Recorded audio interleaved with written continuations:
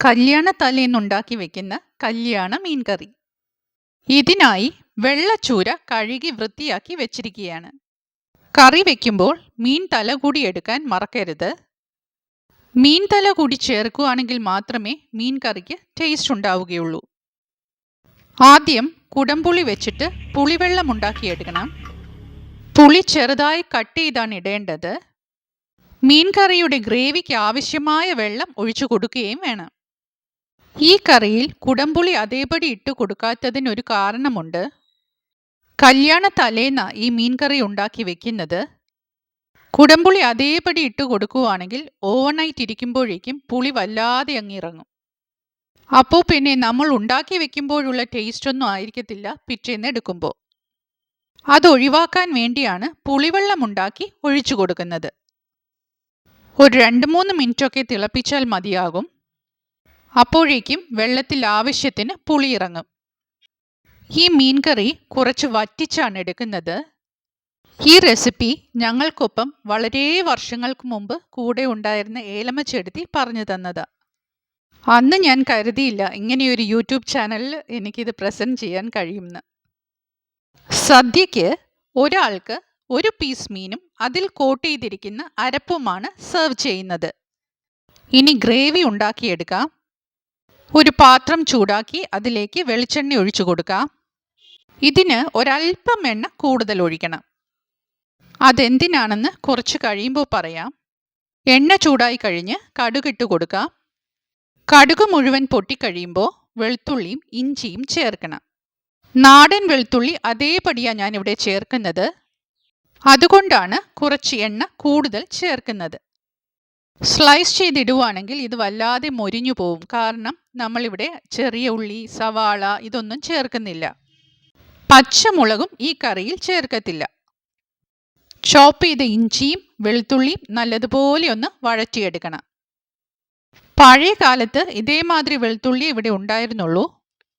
ഇപ്പോൾ കിട്ടുന്ന വലിയ ചൈനീസ് വെളുത്തുള്ളി ആണെങ്കിൽ സ്ലൈസ് ചെയ്ത് തന്നെ ഇട്ട് കൊടുക്കണം. അതുകൊണ്ട് ഈ കറി വെക്കുമ്പോൾ നാടൻ വെളുത്തുള്ളി തന്നെ എടുക്കുന്നതാ നല്ലത്. വെളുത്തുള്ളി ഇതേമാതിരി വഴറ്റിയെടുക്കുമ്പോൾ ഭയങ്കര മണമാണ്. ഈ മീൻ കറി കഴിക്കാൻ ഭയങ്കരമായിട്ട് നമുക്ക് ടെംപ്റ്റേഷൻ ഉണ്ടാവും. വെളുത്തുള്ളി ഇതേമാതിരി വഴറ്റിയെടുക്കുമ്പോൾ ഉണ്ടാകുന്ന ആ ഒരു അരോമ ഉണ്ടല്ലോ, അതാണ് ഈ കറിയുടെ മറ്റൊരു സ്പെഷ്യാലിറ്റി. ഇതുപോലെ ഒന്ന് ഉണ്ടാക്കി നോക്കണം കേട്ടോ. നിങ്ങൾക്ക് ഇഷ്ടമുള്ള ഏത് മീൻ വെച്ചും ഉണ്ടാക്കിക്കോ കേട്ടോ. കുറച്ച് കറിവേപ്പില കൂടി ചേർക്കാം. അതും കൂടി ചേർത്ത് വഴറ്റാം. ഇഞ്ചിയും വെളുത്തുള്ളിയും മൊരിഞ്ഞു പോകാതെയാ വഴറ്റിയെടുക്കേണ്ടത്. ചെറിയ കളർ ചേഞ്ച് വരുന്നത് വരെ വഴറ്റണം. ഇതേമാതിരിയാകുമ്പോൾ പൊടികൾ ചേർക്കാം. ഫ്ലെയിം കുറച്ച് വെച്ചിട്ടേ പൊടികൾ ചേർക്കാൻ പാടുള്ളൂ. കാശ്മീരി ചില്ലി പൗഡർ, എരിവുള്ള മുളക് പൊടി, മഞ്ഞൾപ്പൊടി, കുരുമുളക് പൊടി, ഉലുവാപ്പൊടി, പിന്നെ കുറച്ച് കായത്തിൻ്റെ പൊടി, ഇത്രയുമാണ് ഇതിലേക്ക് ചേർക്കുന്നത്. മല്ലിപ്പൊടി ഈ കറി ചേർക്കുകയില്ല. ഫ്ലെയിം സിമ്മർ ചെയ്തിട്ട് പൊടികൾ ഇട്ട് കൊടുക്കണം. ഇനി അതിൻ്റെ റോ ടേസ്റ്റ് പോകാൻ ഒരു 2 മിനിറ്റ് ഒന്ന് വഴറ്റണം. ചെറിയ ഉള്ളി, സവാള, പച്ചമുളക്, മല്ലിപ്പൊടി ഇതൊക്കെ ചേർത്ത് കഴിഞ്ഞാൽ കറി പെട്ടെന്ന് കേടായിപ്പോവും. ഈ മീൻ കറി ഒരു 2-3 ദിവസമൊക്കെ പുറത്തിരിക്കുവാണെങ്കിലും കേടാകത്തില്ല. ചൂടാക്കി കഴിക്കുക. പൊടികളുടെ റോ ടേസ്റ്റ് പോയി കഴിഞ്ഞാൽ പിന്നെ പുളിവെള്ളം അതിലേക്ക് ഒഴിച്ചു കൊടുക്കാം. പുളി അതിലേക്ക് വീഴാതെ ശ്രദ്ധയോടെ വേണം ഒഴിച്ചു കൊടുക്കാൻ. അതിനുശേഷം കറിക്ക് ആവശ്യമായ ഉപ്പ് കൂടി അതിലേക്ക് ചേർക്കണം. ഇനി അതൊന്ന് മിക്സ് ചെയ്ത് കൊടുക്കാം. കുക്കിങ്ങിനിടയിൽ നമ്മൾ ചട്ടി ഒന്ന് ചുറ്റിച്ചു കൊടുക്കത്തില്ലേ, അപ്പോൾ അതൊന്ന് ടേസ്റ്റ് ചെയ്ത് നോക്കണം. ഉപ്പ് കുറവാണെന്ന് തോന്നുവാണെങ്കിൽ ഒരല്പം ചൂടുവെള്ളം എടുത്ത് അതിൽ ഉപ്പ് കലക്കി ഒഴിച്ചു കൊടുക്കണം. അധികം വെള്ളം എടുക്കരുത്. വളരെ കുറച്ച് ചൂടുവെള്ളത്തിലെ ഉപ്പ് കലക്കി ഒഴിക്കാൻ പാടുള്ളൂ. അല്ലാതെ ഉപ്പ് അതേപടി ഇട്ടു കൊടുക്കരുത്. ഈ കറി ആയതുകൊണ്ടാണ് അങ്ങനെ പറഞ്ഞത് കേട്ടോ. ഇത് കുറച്ച് വാഴപ്പിണ്ടി തിന്നായി സ്ലൈസ് ചെയ്തതാണ്. ഇതാണ് ഈ കറിയുടെ മറ്റൊരു സ്പെഷ്യാലിറ്റി. കറി വെക്കുന്ന മീൻ ചട്ടിയിൽ ആദ്യം നിരത്തി വെക്കേണ്ടത് ഈ വാഴപ്പിണ്ടിയാണ്. മീൻ കറി വറ്റിച്ചെടുക്കുമ്പോൾ അടിയിൽ പിടിക്കാതിരിക്കാൻ വേണ്ടിയാണ് ഇങ്ങനെ ചെയ്യുന്നത്. കല്യാണമൊക്കെയല്ലേ, അപ്പോൾ ഒരു പീസ് മീൻ അടിയിൽ പിടിച്ചാലും അതൊരു വലിയ നഷ്ടമാണ്. കറി വെച്ച് കഴിയുമ്പോൾ ഈ വാഴപ്പിണ്ടിക്കും നല്ല ടേസ്റ്റാണ് കേട്ടോ. പണ്ട് കാലത്ത് വിറകടുപ്പിലൊക്കെയാണല്ലോ ഇതൊക്കെ ചെയ്തിരുന്നത്. ഈ കറി ഒരല്പം വറ്റിച്ചാണ് നമ്മൾ എടുക്കുന്നത്. കൂടാതെ ഇത് മൺചട്ടിയിലുമാണല്ലോ ഉണ്ടാക്കുന്നത്. അതിനകത്തിരിക്കുമ്പോൾ കുറച്ചുകൂടി വറ്റും. അടുത്ത ദിവസം ചെറുതായിട്ടൊന്ന് ചൂടാക്കും, അത്രയേ ഉള്ളൂ.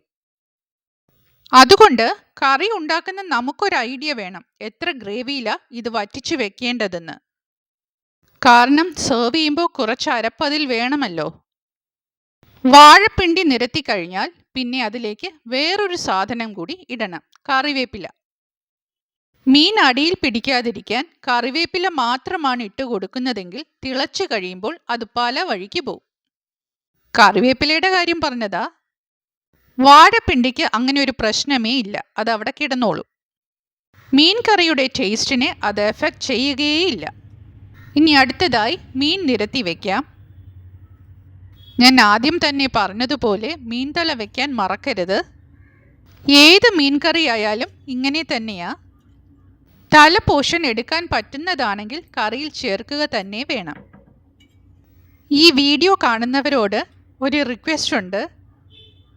വേറൊന്നുമല്ല, ഈ വീഡിയോ ഇഷ്ടമായാൽ ഒന്ന് ലൈക്ക് ചെയ്ത് സബ്സ്ക്രൈബ് ചെയ്ത് ഷെയർ ചെയ്ത് സപ്പോർട്ട് ചെയ്യണം കേട്ടോ.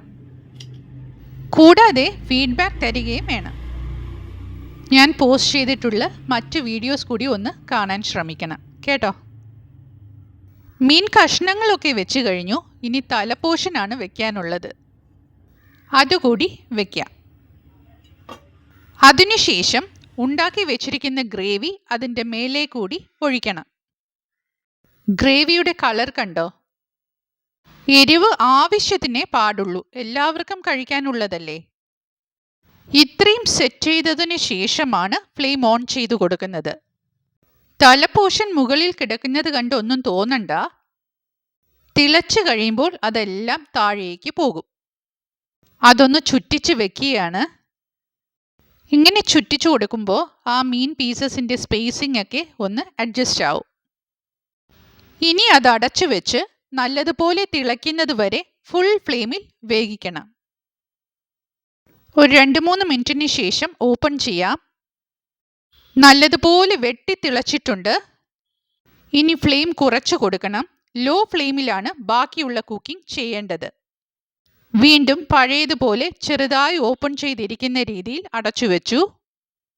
ഹൈ ഫ്ലെയിമിലോ മീഡിയം ഫ്ലെയിമിലോ വേവിക്കുവാണെങ്കിൽ മീൻ വേകുന്നതിന് മുമ്പ് ഗ്രേവി വറ്റിപ്പോകും. അതുകൊണ്ട് ലോ ഫ്ലെയിമിൽ സാവകാശം വേവിച്ചെടുക്കണം. ഒരു 5 മിനിറ്റ് കൂടി കഴിഞ്ഞപ്പോൾ അതൊന്നുകൂടി ഓപ്പൺ ചെയ്തു. ചട്ടി ചെറുതായിട്ടൊന്ന് ചുറ്റിച്ചു കൊടുക്കണം. സാധാരണ മീൻ കറി ഉണ്ടാക്കുന്നത് പോലെ തന്നെയാ, ചെറുതായിട്ടൊന്ന് ഇടയ്ക്ക് ചുറ്റിച്ചു കൊടുക്കണം. ഉപ്പ് ആവശ്യത്തിനുണ്ടോയെന്ന് ഇപ്പോൾ നോക്കാവുന്നതാണ്. ഒന്നുകൂടി അടച്ചു വെച്ചു.